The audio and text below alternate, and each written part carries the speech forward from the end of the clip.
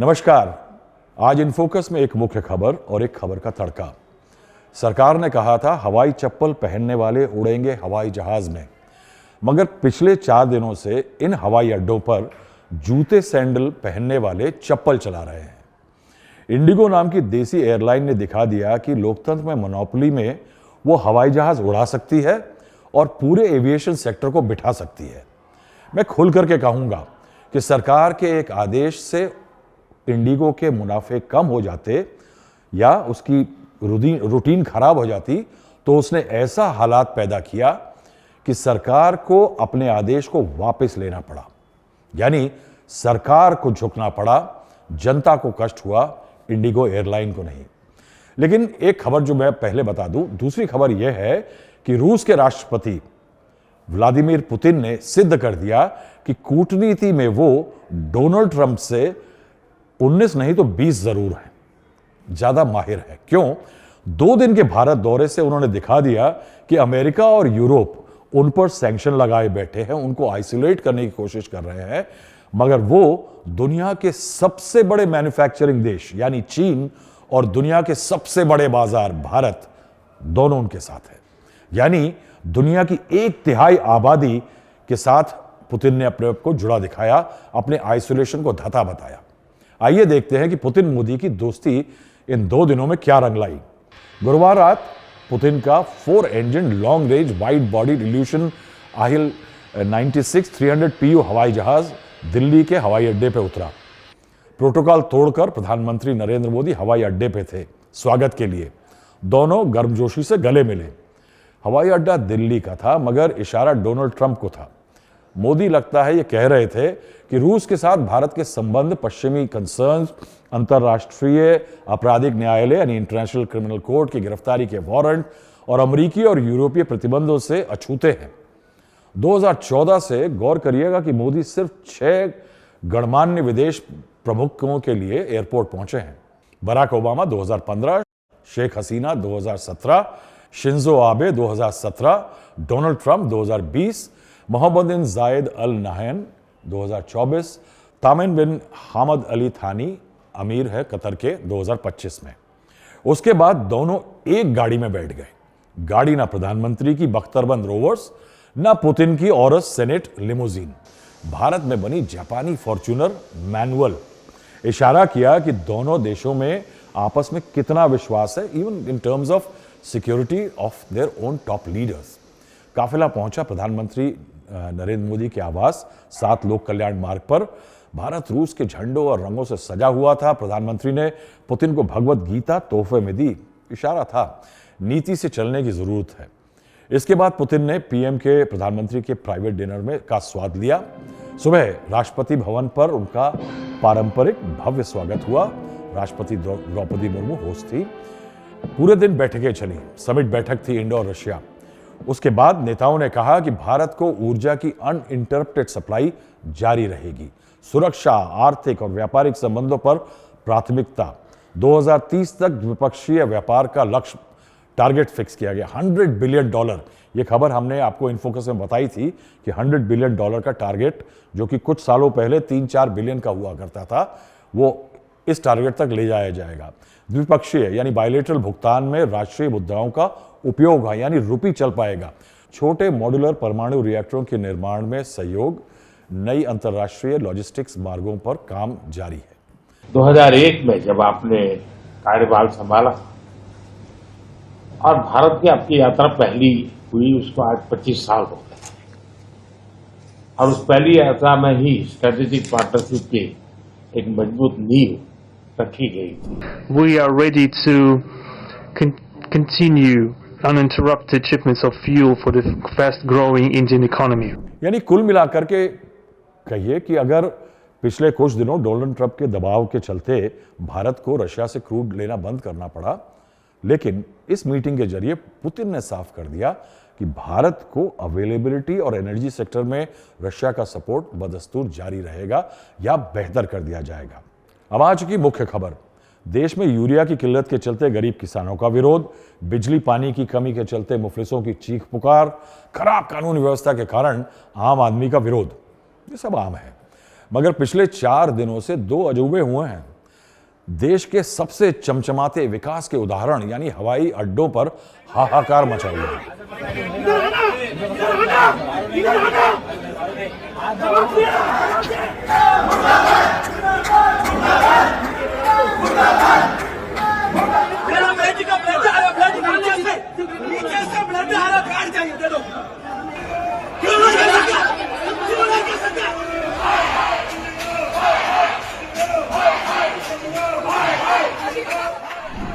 देश में private sector की एक कंपनी जिसे लिबरलाइजेशन का सबसे बड़ा एग्जाम्पल माना जाता था, उसने देश के सिविल एविएशन को घुटनों पर ला दिया है।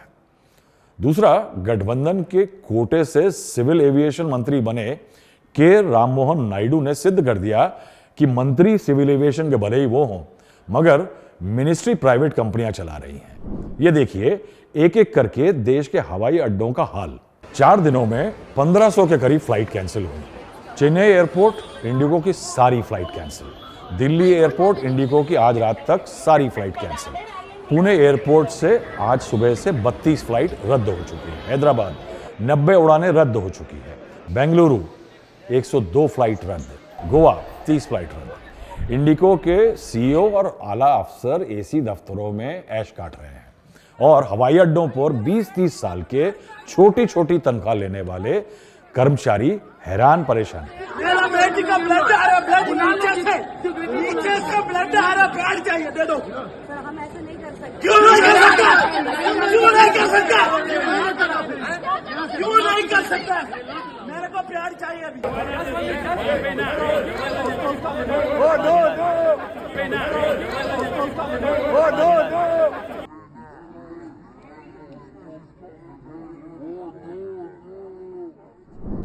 12 से 22 घंटे एयरपोर्ट पर फंसे लोगों के गुस्से की गर्मी वो झेल रहे हैं। ये देखिए एविएशन कवर करने वाले टाइम्स ऑफ इंडिया के वरिष्ठ पत्रकार का पोस्ट। कैसे पैसेंजर बच्चे एयरपोर्ट पर जमीन पे पड़े हुए हैं एक एयरलाइंस की हठधर्मी और बद इंतजामी के चलते। अ न्यूलीवेड टेकी कपल या एक नई शादी हुआ टेकी कपल था, उनको अपना रिसेप्शन जो था शादी का ऑनलाइन अटेम्प्ट करना पड़ा। क्यों? क्योंकि इंडिगो ने भुवनेश्वर से हुबाली की फ्लाइट कैंसिल कर दी थी। उनके माता पिता पहुंच चुके थे, तो उन्होंने रिश्तेदारों को बुला लिया था। तो अब क्या किया जाए? तो उन्होंने अपने रिसेप्शन में लाइव ब्रॉडकास्ट करते हुए ज्वाइन किया। गोवा जैसे टूरिस्ट डेस्टिनेशन का अब आप ये हाल देखिए। ये प्राइम टूरिस्ट सीजन है गोवा जैसी जगह के लिए।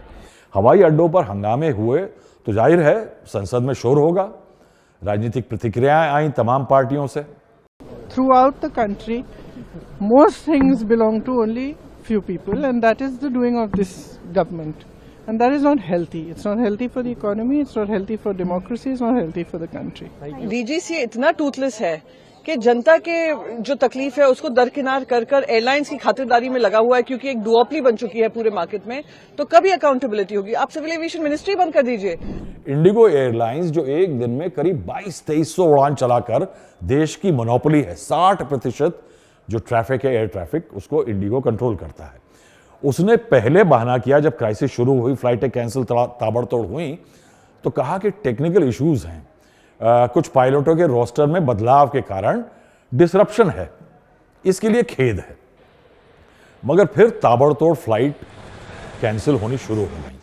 हवाई जहाज हवाई अड्डों पर पार्क कर दिए गए क्योंकि पायलट ही नहीं थे। इससे और गड़बड़ हुई। गड़बड़ क्या हुई? हवाई अड्डे पर हवाई जहाज जमीन पे ज्यादा थे और ऊपर आसमान में उड़ कम रहे थे, पार्किंग की जगह नहीं रही। अब उसका नतीजा क्या हुआ कि दूसरी एयरलाइंस के जहाज़ों को और खुद इंडिगो के जहाज़ों को पार्किंग की जगह की किल्लत हो गई। अब मेरी बात हुई पुणे में हवाई अड्डे के जो निदेशक हैं उनसे, उन्होंने इस बात की पुष्टि करी हमसे कि पुणे हवाई अड्डे में पार्किंग की कंजेशन की सूचना है, क्योंकि कई इंडिगो के विमान चालक दल की अवेलेबिलिटी ना होने के कारण इंतजार कर रहे हैं, हवाई जहाज खड़े हुए हैं, जिससे कई वाहकों की बाद की उड़ानों में देरी आ रही है, यानी बाकी कैरियर्स को प्रॉब्लम हो रही है। अब जनता के कीमती घंटे नहीं, दिन बर्बाद हुए, पैसा बर्बाद हुआ। आखिर लोग एयरपोर्ट टैक्सी से आते हैं, कार लेकर के आते हैं, पेट्रोल खर्च होता है, टोल देते हैं, उसकी भरपाई कौन करेगा साहब?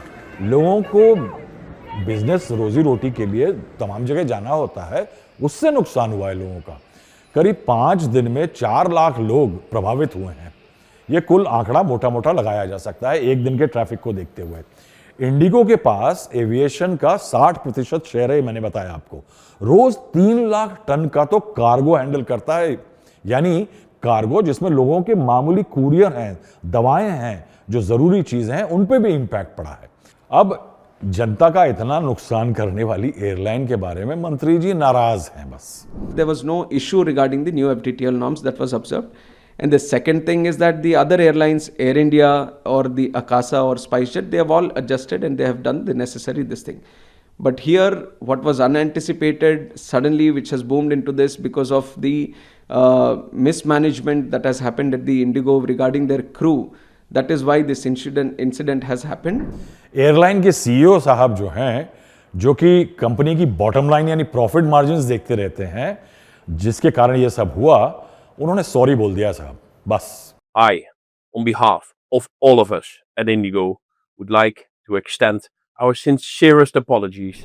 इतनी बड़ी क्राइसिस के बाद सरकार ने अहम घोषणा कर दी कि वो एक आदेश वापस ले रही है इस क्राइसिस के चलते, यानी इतनी लोगों को परेशानी हो रही है। ये आदेश है कि सरकार का, लेकिन आदेश को जनता के लिए किया गया फैसला मत मान लीजिएगा। ये सरासर इंडिगो के लिए फायदेमंद सौदा है। ये हम नहीं कह रहे हैं, पायलट एसोसिएशन के लोग और पायलट खुल के बोल रहे हैं। Sufficient time was given to all the airlines before the rollout of the current flight duty time limitations, and despite their crying and DGCA bending backwards to implement it in phases, now we find ourselves in a position where the airlines do not have the requisite number of pilots, or so they claim, to operate these flights in a timely manner. Indigo को सरकार के आदेश से नुकसान होता। नुकसान क्या था कि उसको पायलट्स की अगर रोस्टर चेंज करने पड़ते, पायलटों को ज्यादा इत्मीनान देना पड़ता, तो उसको ज्यादा पायलट लेने पड़ते, उसको रोस्टर बदलने पड़ते, उसका खर्चा बढ़ता। इसीलिए एयरलाइन ने, ये पायलट कह रहे हैं कि एयरलाइन, इंडिगो एयरलाइंस ने इतनी क्राइसिस क्रिएट कर दी कैंसिलेशंस करके कि सरकार घुटनों पर आ गई। ये पायलट्स और पायलट एसोसिएशन कह रहे हैं। इंडिगो कहता है कि बाधाएं कई परिवर्तन की दिक्कतों के कारण से आई हैं। छोटी तकनीकी मुद्दे थे, विंटर शेड्यूल था, खराब मौसम था, एयरपोर्ट पर भारी भीड़ थी, नए क्रू ड्यूटी के नियम आ गए थे। जो मुख्य मुद्दा है उसको लास्ट में डाला है। लेकिन असली समस्या जनवरी 2024 से लागू हुए डीजीसीए के नए एफडीटीएल नियम हैं, जो पायलट और क्रू के आराम के समय को बढ़ाते हैं। पायलट और क्रू के आराम के समय छुट्टी रोस्टर को कम करते हैं। यानी बेसिकली ये मुद्दा था पायलट्स की हेल्थ का, जिससे कि वो आराम करेंगे तो अच्छा फ्लाइट उड़ा पाएंगे।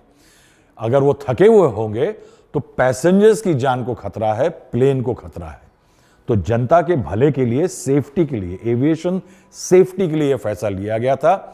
तो अगर ये सरकार ने फैसला लिया तो उसके देखिए उन्होंने क्या क्या कहा कि साप्ताहिक आराम 36 से 48 घंटे का पायलट्स के लिए, नाइट ड्यूटी की सीमा बांध दी, ड्यूटी के घंटे नियमित कर दिए, नाइट लैंडिंग की संख्या 6 से 2 कर दी। यानी नाइट लैंडिंग कोई पायलट पहले 6 करता था इंडिगो का, वो सिर्फ 2 कर पाएगा।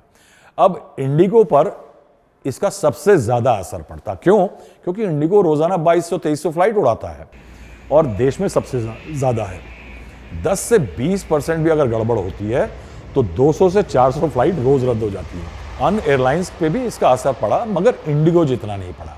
इन बदलावों के कारण कई क्रू पुराने शेड्यूल पर काम नहीं कर पाए, जिससे शेड्यूल बिगड़ गया और फ्लाइट कैंसिल और देरी बढ़ती होती। लेकिन आखिर में मैं एक बात खुल के इनफोकस के जरिए कहना चाहूंगा कि अगर पैसेंजर सेफ्टी और पायलट हेल्थ मुद्दा था सरकार का, जिसके कारण नए ड्यूटी रोस्टर और ऑफ्स के कानून लाए गए थे क्रू और पायलट्स के लिए, तो मुद्दा फ्लाइट सेफ्टी, पायलट हेल्थ और पैसेंजर सेफ्टी था। इसके लिए टाइम दिया गया था इंडिगो एयरलाइंस को। तो इंडिगो एयरलाइंस ने इतने महीने तक अपना पूरा रोस्टर और सब चीजों का तरीका क्यों नहीं बदला? और तब तक नहीं बदला जब तक एक बड़ी क्राइसिस खड़ी नहीं हो गई, लाखों लोग इंपैक्ट नहीं हो गए, एयरपोर्ट पे मारपीट की नौबत नहीं आ गई, तब तक इंडिगो ने नहीं किया। और जब जैसे ही ये हुआ है, एयरपोर्ट पे हंगामा हुआ है, उसी समय पे सरकार ने ये कहते हुए डीजीसीए, जो कि वॉचडॉग है एविएशन सेक्टर के हिंदुस्तान में, उसने आदेश करके कह दिया कि साहब देश में बड़ी क्राइसिस हो रही है एयरपोर्ट्स पे, इसलिए कुछ फैसला हम डाइल्यूट कर देते हैं। अब ये बताइए कि पुराने रोस्टर से इंडिगो को फायदा था, नए रोस्टर से इंडिगो को कमर्शियल नुकसान होता, थोड़ी कॉस्ट बढ़ जाती। अब कॉस्ट बढ़ने के बाद अगर ये मूव होता है कि सरकार को कहना पड़ता नहीं पुराने ढर्रे पे आ जाइए, तो आप जज हैं, आप बताइए कि किसको फायदा होगा। तो मैं ये पूछना चाहूंगा कि देश के लोगों की गाढ़े पसीने की कमाई से उड़ने वाले पैसेंजर जो हर किलो एक्स्ट्रा बैगेज के 200 से 1000 रुपए देते हैं, जो निजी एयरपोर्ट पर 15 सेकंड टैक्सी लाने के लिए 200 रुपए पार्किंग या विजिटिंग चार्ज देते हैं, हवाई अड्डे पर 200 रुपए के बर्गर का 500 रुपया देते हैं, एयरपोर्ट के हर पहुंचने पे हर टिकट पे वो एयरपोर्ट के डेवलपमेंट का चार्ज देते हैं, जो खिड़की वाली सीट होती है ना या आगे की सीट होती है उस रो के लिए 1000 रुपए से लेकर के 10,000 रुपए तक देते हैं। तो साहब जनता से ये सब वसूली होती है, लेकिन जनता के टाइम, उसको हुई परेशानी की कोई कीमत नहीं है। जिसकी कीमत नहीं है वही हारता है साहब। अब 1.5 बिलियन लोगों की बनाई गई सरकार कुछ ना कर पाई, जीत सिर्फ एक की हुई है, वो है इंडिगो एयरलाइंस की। उसने वो करवा लिया जो वो नहीं करना चाहती थी। ये आपके लिए और हमारे लिए सीख है। लोकतंत्र में मोनोपोली और डुओपोली यानी एक छत्र या द्विछत्र कंपनियों का राज ये बुरी चीज है। ये कम्युनिकेशन जैसे क्षेत्र में भी हो रहा है। चेत जाइए, सवाल करिए। आज के लिए इतना ही।